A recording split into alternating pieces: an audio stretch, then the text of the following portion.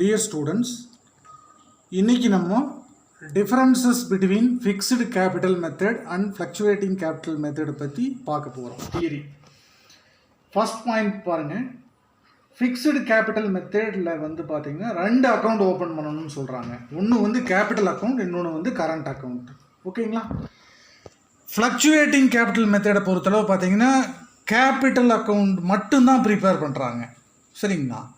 Okay, second point பாருங்கள்.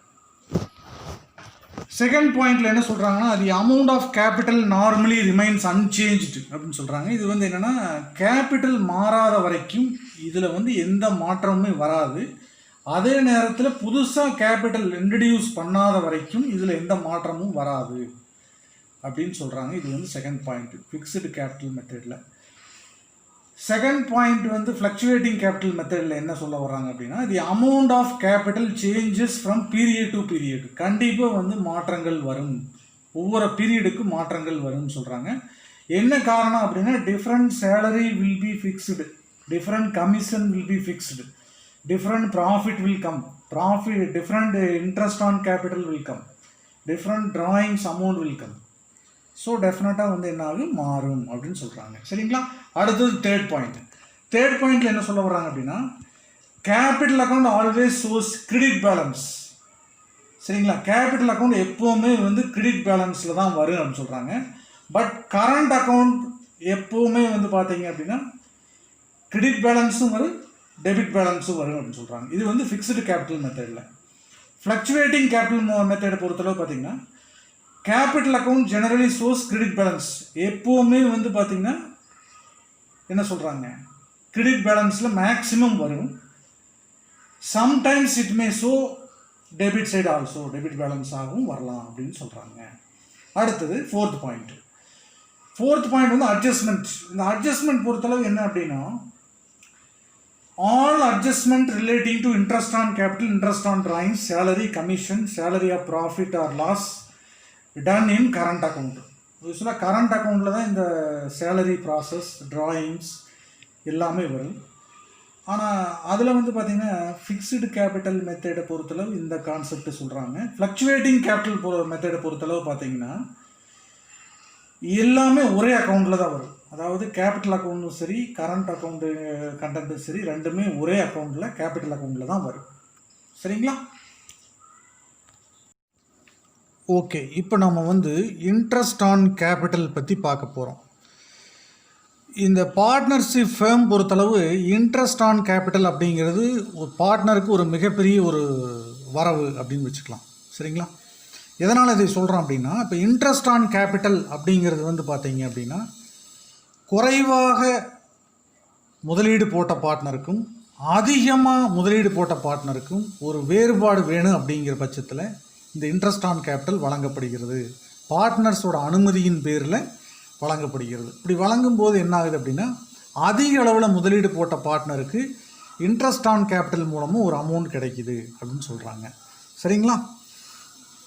அதே நேரத்தில் பார்ட்னர்ஷிப் டீடில் மென்ஷன் பண்ணியிருந்தால் மட்டும்தான் இன்ட்ரெஸ்ட் ஆன் கேபிட்டல் பார்ட்னர்ஸ்க்கு வழங்கப்படும். அதே நேரத்தில் பார்ட்னர்ஷிப் டீடில் மென்ஷன் பண்ணல அப்படின்னா இன்ட்ரெஸ்ட் ஆன் கேபிட்டல் பார்ட்னர்ஸ்க்கு வழங்கப்பட மாட்டாது அப்படின்னு சொல்லுவாங்க. அதுவும் வந்து பார்த்திங்கன்னா ப்ராஃபிட் வந்து இன்ட்ரெஸ்ட் ஆன் கேபிட்டல் வந்து பார்த்திங்கன்னா ப்ராஃபிட் ஷேர் பண்ணி கொடுப்பறதுக்கு முன்னாடியே இன்ட்ரெஸ்ட் ஆன் கேபிட்டல் கொடுத்துருவாங்க. அதுக்கப்புறம் தான் ப்ராஃபிட் வந்து ஷேர் பண்ணி கொடுப்பாங்க பார்ட்னர்ஸ்க்கு. சரிங்களா? அடுத்தது வந்து பார்த்திங்கன்னா, சப்போஸ் ஒரு ஃபேம், பார்ட்னர்ஷிப் ஃபேம் வந்து லாஸ் வந்துருச்சுன்னு வச்சுக்கோங்க, அந்த டைமில் வந்து கண்டிப்பாக இன்ட்ரெஸ்ட் ஆன் கேபிட்டல் வழங்கப்பட மாட்டாது, பார்ட்னர்ஸ்க்கு கிடைக்காது. அதே நேரத்தில் இன்னொரு விஷயம் என்ன அப்படின்னா, நெட் ப்ராஃபிட் ரொம்ப குறைவாகவும் இன்ட்ரெஸ்ட் ஆன் கேபிட்டல் அதிகமாகவும் இருந்தது அப்படின்னா அந்த நேரத்தில் வந்து இன்ட்ரெஸ்ட் ஆன் கேபிட்டல் வழங்கப்பட மாட்டாது. சரிங்களா? அடுத்ததாக பார்ட்னர்ஸ்க்கு வந்து ப்ராஃபிட் ஷேரிங் ரேஷியோவில் வழங்கப்படக்கூடிய விஷயங்கள் என்ன அப்படின்னா, கேபிட்டல் ரேஷியோவில் ப்ராஃபிட் வந்து டிஸ்ட்ரிபியூட் பண்ணுவாங்க அப்படின்னு சொல்கிறாங்க. சரிங்களா? இதுக்கு அடுத்ததான் நம்ம வந்து ஜேர்னல் என்ட்ரிஸ் பார்க்குறோம். ஜேர்னல் என்ட்ரிஸ் வந்து பார்த்தீங்க அப்படின்னா ஃபஸ்ட்டு என்ட்ரி என்ன அப்படின்னா இன்ட்ரெஸ்ட் ஆன் கேபிட்டலுக்கு interest on capital account debtor to partners capital account or current account அப்படின்னு சொல்கிறாங்க. அடுத்ததாக வந்து பார்த்திங்கன்னா அந்த ப்ராஃபிட் அண்ட் லாஸ் அப்ராப்ரியேஷன் அக்கௌண்ட்டுக்கு இதை ட்ரான்ஸ்ஃபர் பண்ணும் பொழுது profit and loss appropriation account debtor to interest on capital account அப்படின்னு சொல்கிறாங்க. சரிங்களா? ஓகே, இப்போ வந்து calculation of interest on capital. இப்போ இன்ட்ரெஸ்ட் ஆன் கேபிட்டல் எப்படி நம்ம கால்குலேட் பண்ண போகிறோம் அப்படிங்கிறத பார்க்குறோம். யூஸ்வலாக இன்ட்ரெஸ்ட் ஆன் கேபிட்டல் அப்படிங்கிறது கேபிட்டல் மேலே நாம் இன்ட்ரெஸ்ட் போட்டு பார்ட்னர்ஸ்க்கு பர்சன்டேஜ் அடிப்படையில் கொடுக்குறோம். இதுதான். சரிங்களா? இப்போது சப்போஸ் வந்து இந்த அடிஷ்னல் கேபிட்டல் இன்ட்ரடியூஸ் பண்ணாமல் இருந்தாவோ அல்லது மணி வித்ட்ரா பண்ணாமல் பார்ட்னர்ஸ் இருந்தாங்கன்னாவோ எந்த சேஞ்சஸும் வராது. Suppose additional capital partner introduce பண்ணாங்க அப்படின்னாலோ அல்லது கேஷ் வித்ட்ரா பண்ணாங்க ஃபேம்லேருந்து எடுத்தாங்க அப்படின்னாவோ கண்டிப்பாக சேஞ்சஸ் வரும்னு சொல்கிறாங்க. இப்போது இன்னொரு விஷயம் கவனிங்க. இப்போ interest on capital equal to amount of capital into rate of interest per annum into period of interest அப்படின்னு சொல்லியிருக்காங்க. யூஸ்வலாக அடிஷ்னல் கேபிட்டல் எப்போ இன்ட்ரடியூஸ் பண்ணுவாங்கன்னா ஆரம்பத்தில் இன்ட்ரடியூஸ் பண்ண மாட்டாங்க. இன் பிட்வீன் தி இயர் அப்படிங்கிற போது தான் கொண்டு வருவாங்க. It maybe 3 months or 6 months later அந்த மாதிரி கொண்டு வரக்கு வாய்ப்புகள் இருக்குது. அதைத்தான் அந்த ஃபார்முலாவை சொல்லியிருக்காங்க. ஃபார்முலா பாருங்கள்.